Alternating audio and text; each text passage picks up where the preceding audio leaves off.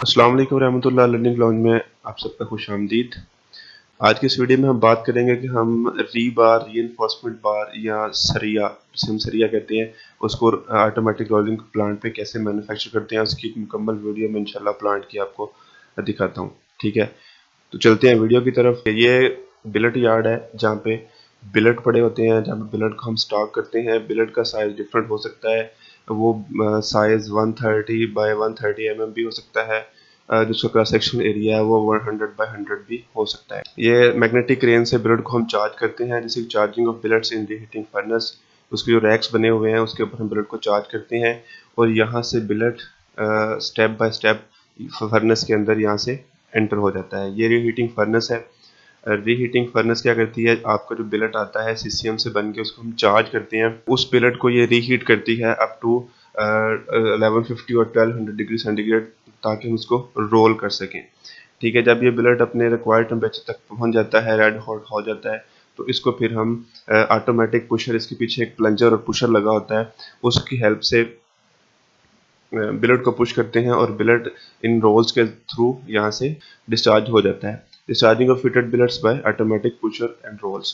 Plunger push करता है और बिलेट डिस्चार्ज होकर फर्नेस से बाहर रोल्स के ऊपर आ जाता है। यहाँ से रोल्स को मूव करवाएंगे और इसको नेक्स्ट स्टेप के ऊपर ले जाएंगे। अब आपको पता है कि जब फर्नेस के अंदर बिलेट होता है तो उसके ऊपर कुछ स्केलिंग हो जाती है। ठीक है, तो उस स्केलिंग को कैसे रिमूव करना है, आगे हम एक वेट लटका देते हैं। जब वो वेट बिलेट के ऊपर से मूव करता है तो डी स्केल हो जाता है बिलेट। ये देखें, कुछ लेयर आपको नजर आ रही होगी बिलेट के ऊपर स्केलिंग की। तो ये देखें, जैसे ये वेट इसके ऊपर से मूव करेगा तो ये यहाँ से डी स्केल बिलेट हो जाएगा। ठीक है, यहाँ से डी स्केल होने के बाद फिर हम मेन रोलिंग में चले जाते हैं, जहाँ पे इस बिलेट का साइज में चेंज आनी है। पहले क्रॉस सेक्शन एरिया डिक्रीज होता है और इसका लेंथ इंक्रीज होती है। पहला रोलिंग स्टैंड है।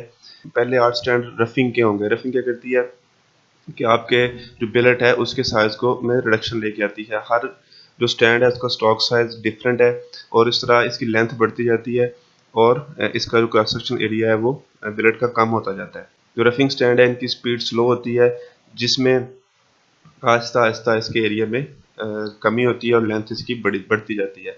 उसके बाद जैसे हम यहाँ पे आते हैं, जब रफिंग स्टैंड खत्म होते हैं तो ये एक कटर है जिसको हम C8 कटर कहते हैं। इसमें ये हेड और टेल को कट कर देता है, क्योंकि हेड और टेल में अक्सर क्रैक प्रोड्यूस हो जाते हैं, तो वो उस हेड और टेल को कट करके उसकी जो शेप होती है यूनिफॉर्म बना देता है, ताकि वो नेक्स्ट रोल में मूव कर सके। क्योंकि नेक्स्ट रोल का जो स्टॉक साइज है, जो उसका गैप है बिटवीन रोल्स, वो कम होता है। अभी हम इंटरमीडिएट स्टैंड में आ गए हैं। इंटरमीडिएट स्टैंड जो है वो जो हमारे रफिंग स्टैंड्स थे उनके जो साइज रिडक्शन जिसको मजीद रिड्यूस करेगा, ये लूपर है। लूपर का मैं आपको बता देता हूँ लूपर क्या काम करते हैं। तो ये देखें, आपको लूपर ये भी सामने ये लूपर एक नज़र आ रहा है। लूपर क्या करते हैं, लूपर जो हमारी बाहर आ रही होती है उसके अंदर एक लूप क्रिएट करते हैं। लूप क्रिएट करने से क्या होता है, एक तो दो स्टैंड्स के दरमियान टेंशन कम हो जाती है और दूसरा जो नेक्स्ट स्टैंड है उसमें जो हमारी क्वांटिटी ऑफ मटेरियल है रिक्वायर्ड है वो इंक्रीज हो जाती है लूप बनने से। ठीक है, ये हम इंटरमीडिएट स्टैंड के बाद फिर एक कटर है जिसको C14 कटर कहते हैं। इस कटर की मदद से हम फिर हेड और टेल को फिर काट देते हैं, जिससे हमें जो हेड और टेल पे शैटरिंग हुई होती है, ठीक है, और क्रैक होते हैं वो निकल जाते हैं। उसके बाद हम आते हैं फिनिशिंग स्टैंड में। फिनिशिंग स्टैंड में जो एंड वाला स्टैंड है उसके अंदर स्टैंप, जो फॉर एग्जांपल कोई भी आपकी कंपनी है जिस कंपनी का आप सरिया बांध रहा है उसकी स्टैंप होती है, उसके ऊपर जो ग्रूव सरिये के ऊपर अपने को नजर आते हैं, ठीक है, वो 45 डिग्री भी हो सकते हैं, 90 डिग्री भी हो सकते हैं, वो ग्रूव्स की स्टैंप इसके ऊपर लग जाती है फाइनल रोल में आके। ठीक है, ये जो वाटर उसको नजर आ रहा है ये रोल्स को ठंडा रखने के लिए होता है, ठीक है, ताकि इसमें ज़्यादा हीट प्रोड्यूस ना हो, क्योंकि जो बार है वो हमारी हीटेड होती है। उसके बाद हम आ जाते हैं TMT। TMT एक बहुत इंपॉर्टेंट जो रोल प्ले करता है। हम ग्रेड 40 का लेते हैं बिलेट, जिसकी स्ट्रेंथ 40,000 PSI होती है, और फिर उसको हम TMT मतलब क्विंचिंग की हेल्प से पानी के अंदर से गुजार के, थर्मोमैकेनिकल ट्रीटमेंट कहते हैं, हम पानी के अंदर से इसको गुजार के क्विंचिंग करके उसको हम 60 ग्रेड में 60,000 PSI स्ट्रेंथ में कन्वर्ट कर लेते हैं। ठीक है, यहाँ से इसका प्रेशर और हम उसके अकॉर्डिंग सेट करते हैं कि हमारा जो हम सरिया बना रहे हैं उसका साइज क्या है। यहाँ से सरिया निकलने के बाद फिर इस कटर पे आता है। ठीक है, ये कटर है जिससे हम लेंथ को, फॉर एग्जांपल हमने सेट किया है कि हमें 50-50 मीटर की 4 लेंथ मिले, 5 लेंथ मिले, तो ये इसके अंदर सेंसर लगा हुआ है। जब 50 मीटर का सरिया बन के बार बन के आगे निकल जाती है तो ये कटर उसको कट कर देता है। इस तरह हमें डिफरेंट लेंथ की जो हमें रिक्वायर्ड होती हैं वो आगे मिल जाती है। ठीक है, ये अब सरिया बनने के बाद इन रेल से गुजरते हुए नेक्स्ट स्टेप में जा रहा होता है। टीएमटी से गुजरने के बाद इसका टेम्परेचर तकरीबन 550 से 600 तक होता है। ठीक है, तो इसको कूल करने की ज़रूरत होती है। ठीक है, उसके बाद हम आ जाते हैं, ये कूलिंग बेड है।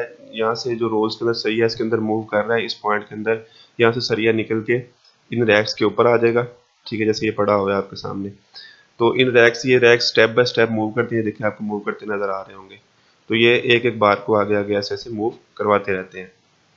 जैसे बार मूव करती है तो यहाँ पे मूविंग चेन्स है। ठीक है, कैरेज रोलर्स हैं। यहाँ पे सरिया उठा के हम इन रोल्स पे ले आते हैं। ठीक है, इन रोल्स पे आने के बाद ये कटर लगा हुआ है।